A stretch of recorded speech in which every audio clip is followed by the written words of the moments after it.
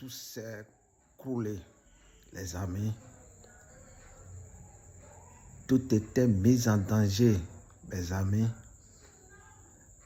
parce qu'il y a un qu'on appelle Lucifer parmi les créatures de Dieu. J'allais dire les créatures célestes de Dieu, qu'il s'est révolté. La Bible a dit, à cause du commerce de ta grandeur, cet être céleste s'appelle Satan, le diable, le serpent ancien, Lucifer, le Léviathan, tous les attributs qu'on peut lui conférer. Il s'est révolté et le récit de cette révolte, nous pouvons le lire à travers plusieurs passages de la Bible. Le livre d'Ésaïe, chapitre 14, à partir du verset 12. Le livre d'Ézéchiel, chapitre 28, à partir du verset 14. Le livre d'Apocalypse, chapitre 7, à partir du verset 7 aussi, etc. Mais en conclusion, le livre d'Apocalypse nous apprend qu'il a été précipité sur la terre. Ce serpent ancien, ce dragon qui accusait nos frères. Malheur à la terre, parce que le diable est descendu vers vous animé d'une grande colère. C'est dans cette colère qu'il a décidé de ruiner le plan de Dieu qui était pour l'humanité un plan merveilleux. Dieu voudrait se constituer une famille sur la terre, une famille qui est le répondant de son gouvernement dans le ciel.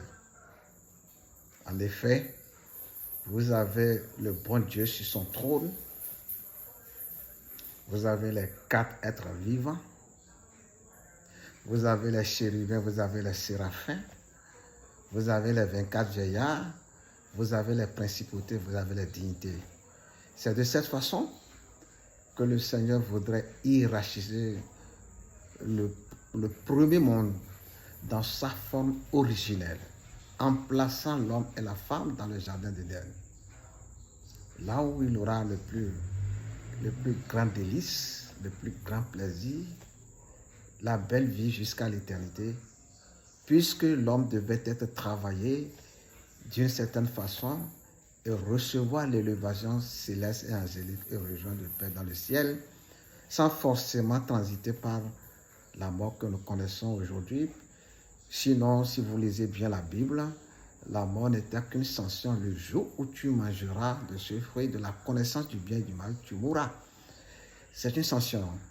Et Dieu ne peut pas prendre une sanction à la place de la bénédiction. Je ne crois pas que la mort existerait si le péché n'était pas intervenu.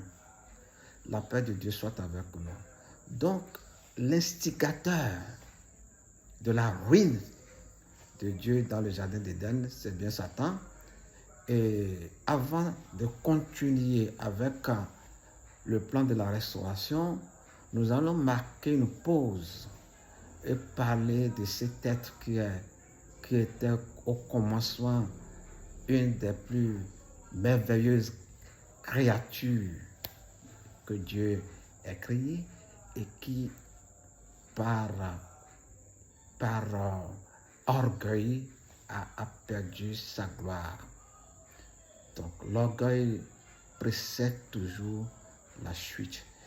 Donc, nous allons dans les pas qui vont suivre, dans les programmes qui vont suivre, nous allons parler de Satan. Comment il s'est organisé pour ruiner le plan de Dieu. Et à travers ça, les leçons que nous pouvons en tirer pour la progression de notre marche avec Jésus-Christ, nous allons les dégager ensemble. La paix de Dieu soit avec vous. Recevez la bénédiction du Père, du Fils et du Saint-Esprit chez vous. Amen.